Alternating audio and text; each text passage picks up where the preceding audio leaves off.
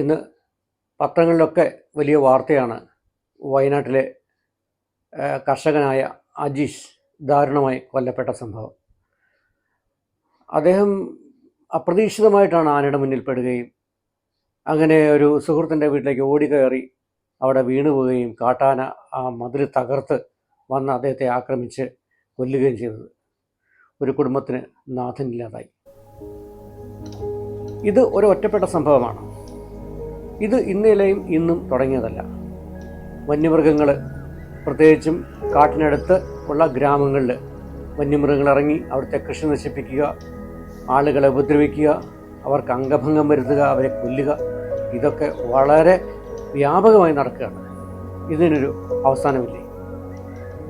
നമ്മുടെ കണക്ക് നോക്കിയാൽ കഴിഞ്ഞ 8 വർഷത്തിനിടെ 910 പേര് വന്യമൃഗങ്ങളാൽ ആക്രമിക്കപ്പെട്ട് കൊല്ലപ്പെട്ടു എന്നാണ് പറയുന്നത്. വയനാട്ടിൽ മാത്രമാണെങ്കിൽ കഴിഞ്ഞ 10 വർഷത്തിനിടെ 42 പേര് ആനകളുടെ ശല്യം കൊണ്ട് തന്നെ, ആനകളെ കൊണ്ട് തന്നെയാണ് അവർക്ക് നാശം സംഭവിച്ചത്. ആനകളാണ് കൊന്നിരിക്കുന്നത്. അപ്പോൾ ഈ ഒരു അവസ്ഥയിൽ നമുക്ക് എന്ത് ചെയ്യാൻ പറ്റും? എന്തുകൊണ്ടാണ് ഇതൊക്കെ നാട്ടിലിറങ്ങുന്നത്? എന്താണ് കാട്ടിൽ സംഭവിക്കുന്നത്? ഇപ്പോൾ റേഡിയോ കോളറിട്ട ഒരു ആനയാണ് ഇവിടെ വന്ന് ബേലൂർ മഖന എന്ന് പറയുന്ന ഒരു ആന, മോഴ എന്ന് പറഞ്ഞാൽ കൊമ്പില്ലാത്ത ആണാന എന്നാണ് അർത്ഥം. ഇങ്ങനെ ഒരു ആന ഇവിടെ വന്ന്, അതും റേഡിയോ കോളർ ഇട്ടിരിക്കുന്നു. കർണാടക റേഡിയോ കോളറിട്ട് കാട്ടിലേക്ക് തിരിച്ചു വിട്ട ഒരു ആനയാണ്. എന്തിനാണ് റേഡിയോ കോളർ ഇടുന്നത്? എങ്ങനെയാണ് മയക്കുവെടി വയ്ക്കുന്നത്? ഇത്തരം കാര്യങ്ങളാണ് നമ്മളിന്ന് വ്ലോഗ് ലോകത്തിൽ ചർച്ച ചെയ്യുന്നത്. എന്തുകൊണ്ടാണ് ഈ ആനകളും വന്യമൃഗങ്ങളും ഒക്കെ കാട് വിട്ട് നാട്ടിലേക്ക് ഇറങ്ങുന്നത്? അപ്പം നമുക്കറിയാം, കാട് എന്ന് പറയുന്നത് അവരുടെ ആവാസ വ്യവസ്ഥയാണ്. അവിടെ വരൾച്ച, ഇപ്പോൾ നമുക്കറിയാം കേരളത്തിൽ വരൾച്ചയാണ്. അപ്പോൾ അവർക്ക് ആവശ്യമായിട്ടുള്ള ആഹാര സാധനങ്ങൾ, തീറ്റ അവിടെ ഇല്ല. അതുപോലെ വെള്ളത്തിന് വളരെ ദൗർലഭ്യം നേരിടുന്നുണ്ട്. ഇപ്പം ഞാനൊരിക്കൽ പറമ്പിക്കുളം കാട്ടിൽ പോയിരുന്നു. അപ്പോൾ അവിടെ മുമ്പൊരു ട്രെയിൻ റൂട്ട് ഉണ്ടായിരുന്നു, കാട്ടിൽ നിന്ന് തടി നാട്ടിലേക്ക് കൊണ്ടുവരാൻ ചാലക്കുടി വരെ. അത് 80 കിലോമീറ്ററാണ്. ഞങ്ങൾ 20 കിലോമീറ്റർ കൊണ്ടത് നടന്നു. ആ 20 കിലോമീറ്റർ 5-6 മണിക്കൂർ കൊണ്ട് നടന്നു. ഈ 6 മണിക്കൂറിലും ഞാൻ അവിടെ ഒരു മൃഗത്തെയും കണ്ടില്ല. എന്താണെന്ന് വെച്ചാൽ അവിടുത്തെ നദികളിലോ തടാകങ്ങളിലോ ഒന്നും വെള്ളം ഉണ്ടായിരുന്നില്ല. അപ്പോൾ വെള്ളം തേടി ഈ മൃഗങ്ങൾ അന്യ സ്ഥലത്തേക്ക് പോകും. അതേപോലെ തീറ്റ തേടി പോകും. പിന്നെ കാട്ടുതീ ഉണ്ടാവാം, അങ്ങനെ ഒരു കാര്യം ഉണ്ടാവും. അതുപോലെ തന്നെ കാട്ടിൽ ഇപ്പോൾ ഒരുപാട് മനുഷ്യരുണ്ട്. ഇപ്പോൾ ടൂറിസ്റ്റുകൾ പോകുന്നുണ്ട്, റിസർച്ചേഴ്സ് പോകുന്നുണ്ട്, പിന്നെ എൻക്രോച്ചേഴ്സ് ഉണ്ട്. കാട്ടിനകത്ത് കയറി ഓരോരോ കാര്യങ്ങൾ, വേണ്ടാത്ത കാര്യങ്ങൾ ചെയ്യുന്ന ആൾക്കാരുണ്ട്. അങ്ങനെയൊന്നുണ്ട്. പിന്നെ അതുപോലെ തന്നെ ആനകൾ ചിലപ്പോൾ മറ്റുള്ള ആനകളുമായിട്ട് മൽപ്പിടുത്തം നടത്തുക. അതെന്ന് വെച്ച് കഴിഞ്ഞാൽ ഈ ഒരു ഗ്രൂപ്പിനെ കൊണ്ടു നടക്കുന്ന ആണാനകളുണ്ട്. അപ്പോൾ അവർ തമ്മിൽ ഫൈറ്റ് ഉണ്ടാവാം. അപ്പോൾ അങ്ങനെ ഒരു പ്രശ്നത്തിൽ ഈ ആനകൾ നാട്ടിലേക്ക് ഇറങ്ങാം. അതേപോലെ ആനകളുടെ എണ്ണം ഒരുപാട് പെരുകിയെന്നാണ് പറയുന്നത്. കാരണം ഇപ്പോൾ ആനപിടുത്തം ഇല്ലല്ലോ, ആനപിടുത്തം നിരോധിച്ചിരിക്കും. അപ്പം ഇങ്ങനെ പല കാരണങ്ങൾ കൊണ്ടാണ് ഈ വന്യമൃഗങ്ങളൊക്കെ നാട്ടിലിറങ്ങുന്നത്. ഈ ആനകൾക്ക് പൊതുവെ സഞ്ചരിക്കുന്ന വഴികളുണ്ട്, അതിന് ആനത്താരകൾ എന്നാണ് പറയുന്നത്. അപ്പോൾ എപ്പോഴും അത് ആനത്താരകളിലൂടെ മാത്രം സഞ്ചരിക്കുന്നു എന്ന് വിശ്വസിക്കാറുണ്ട്. പക്ഷേ തീറ്റ, വെള്ളം ഇതൊക്കെ കുറവാണെന്നുണ്ടെങ്കിൽ ഇവർ വഴിമാറി സഞ്ചരിക്കും. അത് എങ്ങോട്ടാണെന്ന് നമുക്ക് പറയാൻ പറ്റില്ല. ഇതെവിടെയാണ് കിട്ടുന്നത്, അങ്ങോട്ട് പോകും. പക്ഷെ ആനകൾ എങ്ങോട്ട് മാറിയാലും എങ്ങോട്ട് പോയാലും നമുക്ക് അവയെ ട്രാക്ക് ചെയ്യാം, കണ്ടുപിടിക്കാം. അതിനുള്ള സംവിധാനമാണ് റേഡിയോ കോളർ. റേഡിയോ കോളർ എന്ന് പറഞ്ഞാൽ നമുക്കറിയാം, ഈ ചുറ്റുമുള്ള ബെൽറ്റ് ഉണ്ടല്ലോ, ആ ബെൽറ്റ് പോലെ നമുക്ക് കഴുത്തിലിടുന്നതാണ്. അതാണ് അതിൻ്റെ ആകൃതി. അപ്പോൾ അത് ഒരിക്കലും ഈ ആനകൾക്ക്, മാക്സിമം ആനകൾക്ക് പെട്ടെന്ന് പറിച്ചു കളയാനൊന്നും പറ്റില്ല. അത്ര ശക്തമായിട്ടാണ് നമ്മളത് കൈകാര്യം ചെയ്യുന്നത്. അപ്പോൾ ഈ റേഡിയോ കോളർ ആനകളെ മയക്കിയിട്ട്, അതായത് മയക്കുവെടി വെച്ച് ആനകളെ കിടത്തി അതിൽ ഈ റേഡിയോ കോളർ ഇട്ട് കാട്ടിലേക്ക് വിടും. അങ്ങനെയാണ് ഇവരെ നമ്മൾ നിരീക്ഷിക്കുന്നത്. ആദ്യകാലത്ത്, അതായത് GPS ബേസ്ഡ് ആയിട്ടുള്ള റേഡിയോ കോളർ സിസ്റ്റം വരുന്നതിന് മുൻപ് VHF, വെരി ഹൈ ഫ്രീക്വൻസി സിഗ്നൽസാണ് നമ്മൾ റേഡിയോ കോളറിൽ നിന്ന് സ്വീകരിച്ചിരുന്നത്. ഒരു ബീപ്പ് ബീപ്പ് സൗണ്ടാണ് അതിനുള്ളത്. അത് ഒരു 3-4 കിലോമീറ്റർ ഉള്ളിലാണെങ്കിൽ ആനയെ ട്രാക്ക് ചെയ്യാൻ വളരെ എളുപ്പമാണ്. എന്നാൽ വലിയ തിക്ക് ഫോറസ്റ്റിലാണെന്നുണ്ടെങ്കിൽ ഈ ആനയെ, അതുപോലെ തന്നെ 4 കിലോമീറ്റർ അപ്പുറത്തൊക്കെ ആണെന്നുണ്ടെങ്കിൽ കിട്ടാൻ വലിയ പാടാണ്, സിഗ്നൽസ് കിട്ടാൻ വലിയ പാടാണ്, അതിനെ ട്രാക്ക് ചെയ്യാനും പ്രയാസം. അപ്പോഴാണ് ultra high frequency UHF transmitters വഴി നമ്മൾ സിഗ്നൽസ് സ്വീകരിക്കാൻ തുടങ്ങിയത്. അതിനെന്താണെന്ന് വെച്ചാൽ പണ്ട് ഇപ്പം നമുക്കറിയാം, പണ്ട് TV സിഗ്നൽസ് കിട്ടണമെന്നുണ്ടെങ്കിൽ, നന്നായിട്ട് TV കാണണമെങ്കിൽ നമ്മൾ അന്നത്തെ കാലത്തെ ആൻറ്റീന നമ്മൾ വീടിൻ്റെ മുകളിൽ, അതേപോലെ തന്നെ മരത്തിൻ്റെ മുകളിലൊക്കെ വയ്ക്കുമായിരുന്നു. ഇതുപോലെ തന്നെയാണ് ഈ TV ആൻറ്റീന പോലത്തെ തന്നെയുള്ള ഒരു ഉപകരണം കൊണ്ട് നമ്മൾ UHF ട്രാൻസ്മിറ്റേഴ്സ് വഴി നമ്മൾ ഈ ആനകൾ എവിടെയാണെന്ന് സിഗ്നൽസ് സ്വീകരിക്കും, എവിടെയാണെന്ന് കണ്ടുപിടിക്കും. അതിനെന്താ വെച്ചാൽ ഉയർന്ന സ്ഥലത്ത് പോയി നിൽക്കും. അതിൽ നിന്ന് കിട്ടുന്ന ആ സിഗ്നലിനെ നമ്മളൊരു മാപ്പിൽ വരയ്ക്കും. ഇതുപോലെ നമ്മൾ വേറൊരു കുന്നിൻ്റെ മുകളിൽ പോയി ഇതുപോലെ ട്രാക്ക് ചെയ്തിട്ട് സിഗ്നൽസ് കിട്ടുന്നത് വരയ്ക്കും. പിന്നെ ഒരു സ്ഥലത്തോട്ട് പോകും. അങ്ങനെ 3 സ്ഥലത്ത് നിന്നാണ് ഇതിൻ്റെ സിഗ്നൽസ് സ്വീകരിക്കുന്നത്. അപ്പോൾ ഈ മാപ്പിൽ വരയ്ക്കുമ്പോൾ ഇങ്ങനെ ത്രികോണം പോലെ വരുമല്ലോ, ട്രയാങ്കുലേഷൻ എന്നാണ് അതിന് പറയുന്നത്. അപ്പോൾ അങ്ങനെ ആ 3 വരകൾ സന്ധിക്കുന്നിടത്താണ് ഈ ആന ഉണ്ടാവുക എന്ന് നമ്മൾ ധരിക്കുന്നത്. പിന്നെ നമുക്ക് വേണമെന്നുണ്ടെങ്കിൽ ആദ്യത്തെ പോലെ ചെറിയ VHF വഴി നമുക്ക് വേണമെങ്കിൽ നോക്കാം. അങ്ങനെ കുറച്ചുകൂടി ആക്യുറസി, അതായത് എവിടെയാണ് കൃത്യമായി കണ്ടുപിടിക്കാൻ പറ്റും. എന്നാൽ ഈ ആന ഇങ്ങനെ മൂവ് ചെയ്തുകൊണ്ടിരിക്കുമല്ലോ, അതേപോലെ തന്നെ എത്ര ദൂരെയാണെങ്കിലും ആനയെ കണ്ടുപിടിക്കാൻ നമുക്ക് ഏറ്റവും എളുപ്പം എന്ന് പറയുന്നത് ഇപ്പോഴത്തെ global positioning system, GPS based ആയിട്ടുള്ള ട്രാക്കിംഗ് സിസ്റ്റമാണ്, റേഡിയോ കോളറാണ്. അതാണ് നമ്മളിപ്പോൾ ഉപയോഗിച്ച് വരുന്നത്. അപ്പോൾ ഈ റേഡിയോ കോളറിൻ്റെ അകത്ത് കുറച്ച് എക്യുപ്മെൻറ്റ്സ് വെച്ചിട്ടുണ്ട്.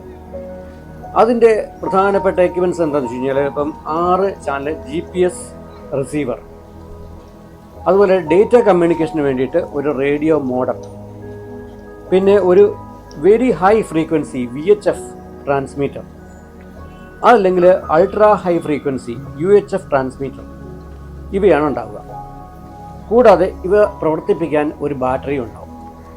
റേഡിയോ കോളർ ഈ സാറ്റലൈറ്റ് ഉപഗ്രഹമായിട്ട് ബന്ധിപ്പിച്ചിട്ടുണ്ട്.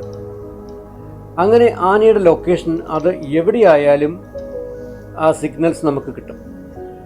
സാറ്റലൈറ്റ് വഴിയാണല്ലോ കിട്ടുന്നത്.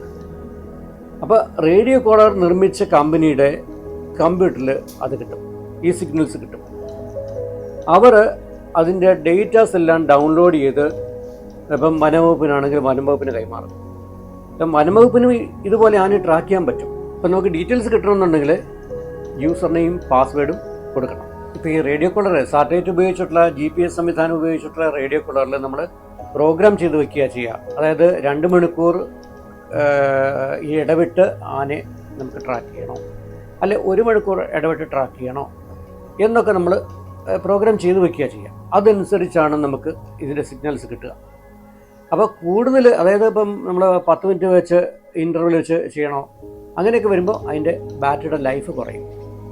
അപ്പോൾ ഇത് ഓരോ റേഡിയോ കോളറിനും ഓരോ കമ്പനിയുടെ അടിസ്ഥാനത്തിൽ വില വ്യത്യാസമുണ്ട്. ഇപ്പം 1.5 ലക്ഷം രൂപ, 2.5 ലക്ഷം രൂപ, 3.5, 4, 5 ലക്ഷം രൂപയൊക്കെ വരെയുള്ള റേഡിയോ കോളറുണ്ട്. അപ്പോൾ ആ വ്യത്യാസം, ഇപ്പോൾ ബാറ്ററിയുടെ ലൈഫ്, ഇപ്പോൾ ഇങ്ങനെ ഇൻ്റർവെൽ കൂട്ടിയാൽ ബാറ്ററിയുടെ ലൈഫ് കുറയും. പിന്നെ റേഡിയോ കോളറിൽ നിന്നുള്ള സിഗ്നൽസ് നമുക്ക് എപ്പോഴും കിട്ടണമെന്നില്ല. അതെന്താണെന്ന് വെച്ചാൽ തിക്ക് കാർമേഘം ഉണ്ടെന്നുണ്ടെങ്കിൽ നമുക്കങ്ങനെ സിഗ്നൽസ് കിട്ടുകയില്ല. അപ്പോൾ അതിനെന്താ ചെയ്യേണ്ടതെന്ന് വെച്ച് കഴിഞ്ഞാൽ, പിന്നെ മാത്രമല്ല ഈ ആന മൂവ് ചെയ്തുകൊണ്ടിരിക്കുമല്ലോ.